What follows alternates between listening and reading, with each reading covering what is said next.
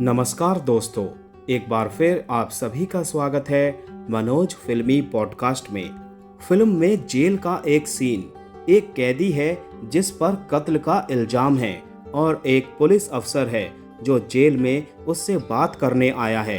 Police अफसर कहता है, विजय, ये मत भूलो कि मैं यहाँ तुम्हारे बाप की हैसियत से नहीं, पुलिस ऑफिसर की हैसियत से बात कर रहा हूँ। विजय कहता है, कौन सी नई बात है? आपने मुझसे हमेशा एक पुलिस ऑफिसर की हैसियत से ही बात की है। फिर वो पुलिस अफसर कहता है, देखो विजय, अगर तुम्हें मुझसे कोई गिला है, कोई शिकायत है, वो गलत है, सही है, वो अपनी जगह है, लेकिन यहाँ तुम्हें भूल जाना चाहिए कि तुम मेरे बेटे हो।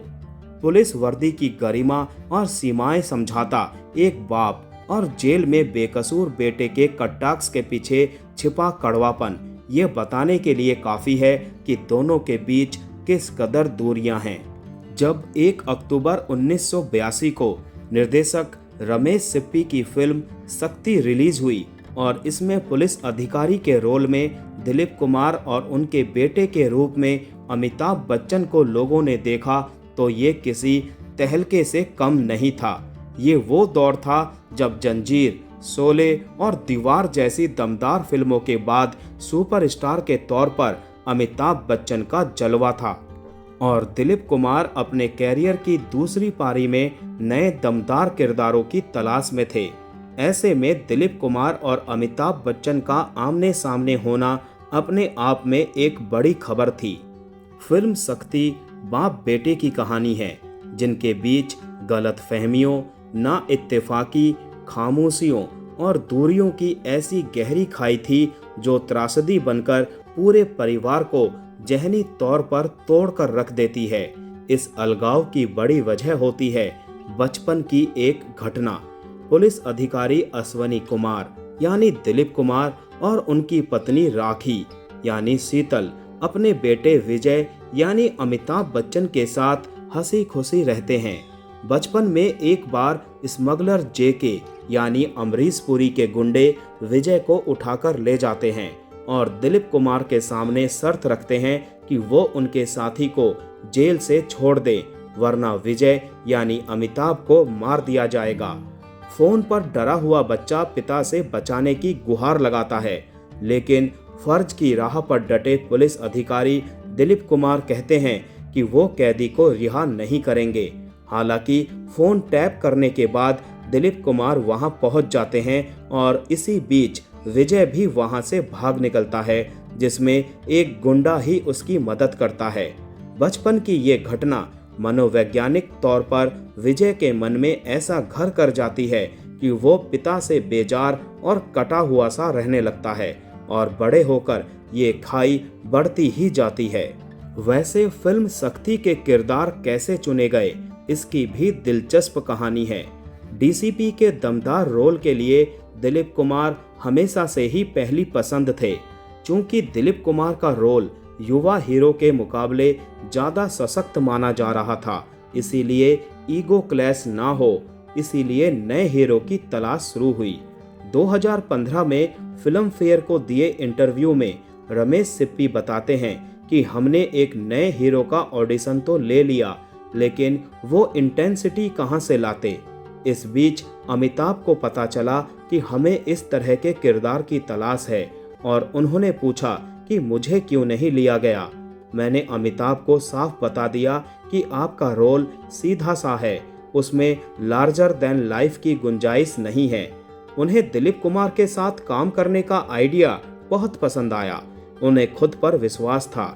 राखी को अमिताभ की मां का रोल करने के लिए मनाना पड़ा। मैंने उनसे कहा कि दिलीप कुमार के साथ काम करने का मौका फिर कहां मिलेगा। वो रोल दरअसल शुरू में राज बब्बर को दिया गया था, लेकिन दिलीप कुमार के साथ काम करने का मौका मिला अमिताभ बच्चन को। फिल्म शक्ति को याद करते हुए फिल्म समीक्षक रामचंद्रन श्रीनिवासन बताते हैं कि ये फिल्म 1977 में लॉन्च हुई थी।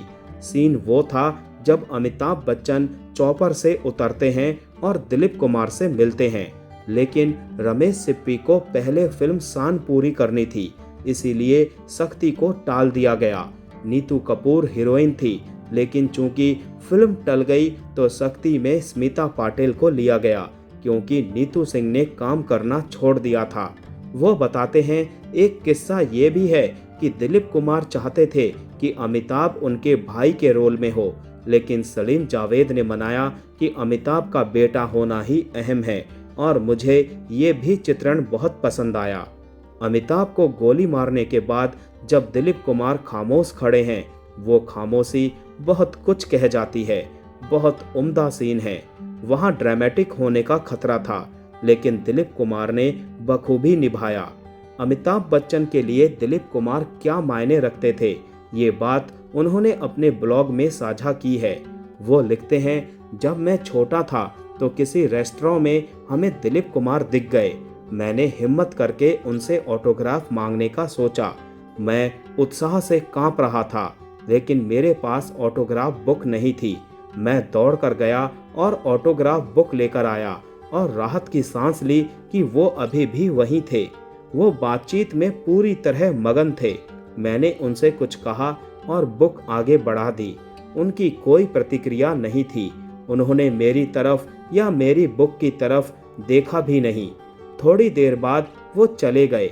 मैं ऑटोग्राफ बुक हाथ में लेकर खड़ा रहा, लेकिन वो ऑटोग्राफ अहम नहीं था, अहम थी उनकी मौजूदगी। शोले की शैली से एकदम अलग फिल्म शक्ति में ना तो मनोरंजक पंच लाइन है, ना कॉमेडी, ना भरा पूरा रोमांस और ना वैसे डायलॉग। शक्ति में एक तरफ पुलिस अफसर दिलीप कुमार हैं जो फर्ज की राह में हद से भी आगे जाकर डटे रहते हैं। उनका एक डायलॉग है, अब फर्ज निभाने की आदत सी हो गई है। इन सब में बेटा कब पीछे छूट जाता है उन्हें खुद भी पता नहीं चलता। दूसरी ओर बेटा विजय यानी अमिताभ बच्चन अपने अंदर की चोट और पिता के प्रति बगावत को ही अपना मकसद मान चुका है। वो शब्दों से कुछ नहीं कहता, लेकिन अपनी खामोशी से सब कुछ कह जाता है। अंग्रेजी में जिसे ब्रूडिंग इंटेंसिटी कहते हैं, वो अमिताभ की खासियत है इस रोल में। एक दिन ऐसा भी आता है जब स्मगलर गैंग में शामिल होने के बाद बेटा खुद को पुलिस की वर्दी पहने बाप के सामने खड़ा पाता है और बीच में है कानून की जंजीर। कानून के प्रति फर्ज को लेकर पिता में जो जुनून है, वो बेटे और बाप के बीच दीवार बन चुका है। इसे फिल्म की कामयाबी ही कहा जाएगा कि दर्शक के तौर पर आप ये फैसला ही नहीं कर पाते कि कौन सही है और कौन गलत। कोई गलत है भी या नहीं। सही और गलत के बीच का जो ये स्याह रास्ता होता है, उसी रास्ते पर ये फिल्म चलती है। स्क्रीन प्ले के हिसाब से सलीम जावेद की सबसे बेहतर पटकथाओं में से एक मानी जाती है शक्ति। दो लोगों के रिश्तों के टकराव को दिखाती इतनी कसी हुई कहानी कि फिल्म की शुरुआत में ही ये जानते हुए भी कि फिल्म का अंत क्या होने वाला है, आप आखिर तक बंधे रहते हैं। खासकर वो तमाम सीन जहां दिलीप कुमार और अमिताभ बच्चन आमने सामने होते हैं। पूरी फिल्म में बाप और बेटे का टकराव जिस तरह डायलॉग्स में उतारा गया है, वो भी अपना असर छोड़ जाता है और उनके बीच की खामोशी भी। फिल्म समीक्षक रामचंद्रन श्रीनिवासन कहते हैं कि दर्शकों को सिनेमा हॉल तक लाने के लिए उन दिनों सलीम जावेद का स्क्रीन प्ले बड़ा रोल अदा करता था। उनकी सृजनात्मकता ने कई कलाकारों और फिल्मकारों की किस्मत बदल दी। एंग्री यंग मैन उनकी ही देन है। एंग्री यंग मैन वाली छवि को सलीम जावेद ने इस फिल्म में आगे बढ़ाया। स्क्रीन प्ले इतना कसा हुआ है कि ऐसा लगता है कि अगर सलीम जावेद की कहानी नहीं होती तो ये फिल्म काम ही नहीं करती। शक्ति की ही तरह शहरी परिवेश में बनी रमेश सिप्पी की फिल्म शान नहीं चली थी, लेकिन रमेश सिप्पी ने शक्ति बनाई क्योंकि इसका स्क्रीन प्ले सही और कमाल का था। फिल्म का एक सीन खास तौर पर दिल को छू लेने वाला है। राखी यानी अमिताभ की मां और दिलीप कुमार की पत्नी की मौत हो जाती है। उस वक्त अमिताभ जेल में होते हैं, जिसे खुद उनके पिता डीसीपी अश्विनी कुमार ने ही गिरफ्तार किया होता है। मां के अंतिम दर्शन के लिए जब अमिताभ जेल से कुछ देर के लिए आते हैं तो कोने में फर्श पर बैठे टूट चुके पिता को देखते हैं।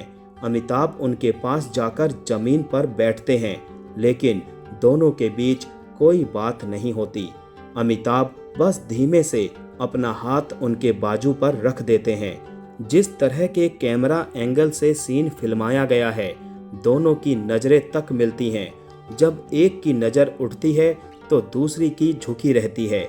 कोई कुछ नहीं कहता, फिर भी दोनों एक दूसरे से सब कुछ कह जाते हैं।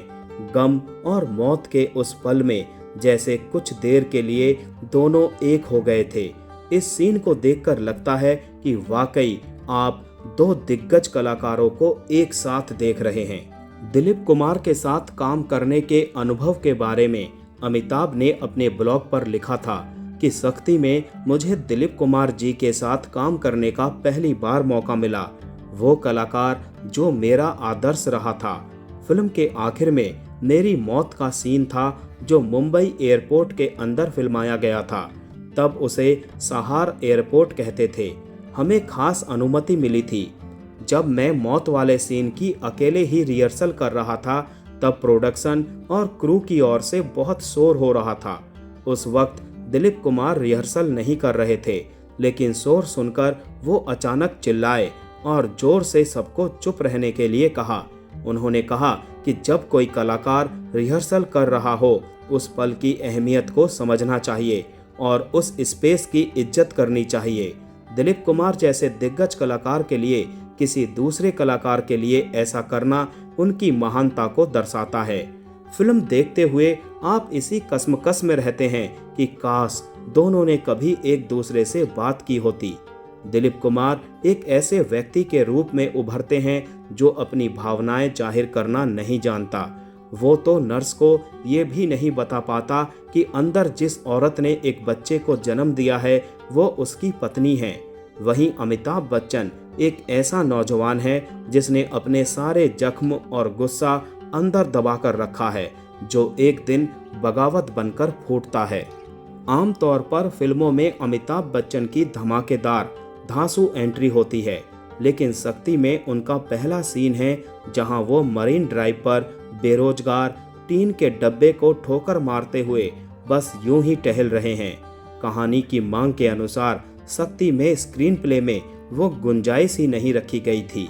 बच्चन के किरदार को जो कहना होता है वो या तो उसकी खामोशी कहती है या वो कुछ डायलॉग जो उसके अंदर के गुस्से को दर्शाते हैं। मसलन वो अपने पिता के लिए कहता है, नफरत है मुझे दुनिया के हर उस कानून से जिसे मेरा बाप मानता है। आज से मैं अपना कानून खुद बनाऊंगा। जिंदगी में जो कुछ भी देखा उसके बाद ये नाम बेटा किसी गंदी गाली की तरह लगता है।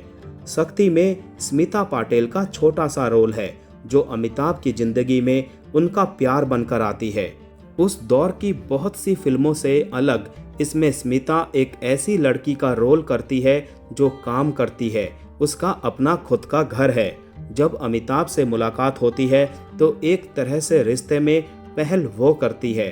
जब वो घर पर कॉफ़ी के लिए बुलाती है, जब अमिताभ बेघर हो जाते हैं तो बिना ये सोचे कि लोग क्या कहेंगे उसे अपने घर में रहने के लिए कहती है और बाद में अमिताभ के साथ लिव इन में रहती है। सख्ती से पहले अमिताभ के साथ उनकी फिल्म नमक हलाल रिलीज हो चुकी थी। आर्ट फिल्मों के साथ कमर्शियल फिल्मों में वो अपनी जगह बना रही थी। सख्ती में दिलीप कुमार का सहारा स्मिता पाटिल ही बनती हैं। हालांकि फिल्म का मुख्य आकर्षण दिलीप कुमार और अमिताभ बच्चन का आमना सामना ही है, जैसे कि वो सीन जब समुंदर किनारे बाप बेटे मिलते हैं और दिलीप कुमार जुर्म की दुनिया में जा चुके बेटे को कहते हैं, विजय, मैं आज एक बाप की हैसियत से समझा रहा हूँ, कल पुलिस अफसर की हैसियत से मैं तुम्हारे साथ कोई रियायत नहीं कर सकूंगा, ना हमदर्दी। अगली बार तुम बाप से मिलोगे या पुलिस अफसर से, इसका फैसला तुम्हें खुद करना है। जवाब में बच्चन कहते हैं, इसका फैसला तो आप कई बरस पहले बचपन में ही कर चुके हैं। जब मैं उन बदमाशों के अड्डे में कैद था, मैंने फ़ोन पर अपने बाप से बात की थी और दूसरी तरफ से एक पुलिस अफसर की आवाज़ सुनाई दी। आज भी आपकी आवाज़ से एक पुलिस अफसर के लहजे की बू आ रही है। फिल्म में ऐसा लगता है कि मानो दोनों के बीच एक तरह की जुगलबंदी चल रही हो। फिल्म का क्लाइमैक्स दिलीप कुमार के शब्दों को सही ठहराता हुआ सा लगता है, जब कानून से भागे बेटे को पकड़ते वक्त पुलिस की वर्दी पहने पिता कोई रियायत नहीं करता और उस पर गोली चला देता है। पिता की बाहों में दम तोड़ता बेटा अपनी पूरी जिंदगी में पहली बार कहता है कि उसने बहुत कोशिश की अपने दिल से बाप की मोहब्बत निकाल दूं, लेकिन हमेशा प्यार करता रहा। और जब दिलीप कुमार कहते हैं कि मैं भी तुमसे मोहब्बत करता हूं, तो अमिताभ बोलते हैं कि कभी कहा क्यों नहीं डैड। इस पूरी कहानी का क्लाइमैक्स और सार सिर्फ इस एक बात में छिपा हुआ सा नजर आता है, कभी कहा क्यों नहीं। फिल्म शक्ति को 1983 में कुल 4 फिल्म फेयर पुरस्कार मिले थे। मुशीर रियाज की जोड़ी ने बेस्ट पिक्चर अवार्ड जीता। सलीम जावेद ने सर्वश्रेष्ठ स्क्रीन प्ले और पी हरिकिशन ने बेस्ट साउंड डिजाइन। फिल्म से जुड़ा एक ट्रिविया ये भी है कि एक मवाली के रोल में सतीश शाह का एक छोटा सा सीन था, तब उन्हें कोई ठीक से जानता भी नहीं था। इसके 1 साल बाद ही जाने भी दो यारो आ गई। 1982 में आई शक्ति में छोटे से स्पेशल रोल में युवा अनिल कपूर भी दिलीप कुमार के पोते के रोल में दिखते हैं। उन दिनों अनिल कपूर कई छोटे रोल किया करते थे, लेकिन शक्ति के अगले ही साल वो 7 दिन रिलीज हुई और अनिल कपूर बतौर हीरो स्थापित हो गए। 1983 में उन्हें मसाल फिल्म में दिलीप कुमार के साथ काम करने का फिर से मौका मिला और 1986 में कर्मा में भी। शक्ति वो पहली और आखिरी फिल्म थी जिसमें दिलीप कुमार और अमिताभ बच्चन ने एक साथ काम किया था। तो दोस्तों, आज का एपिसोड यहीं समाप्त करते हैं। मिलते हैं नेक्स्ट एपिसोड में। तब तक के लिए आप सभी को tata bye bye, take care.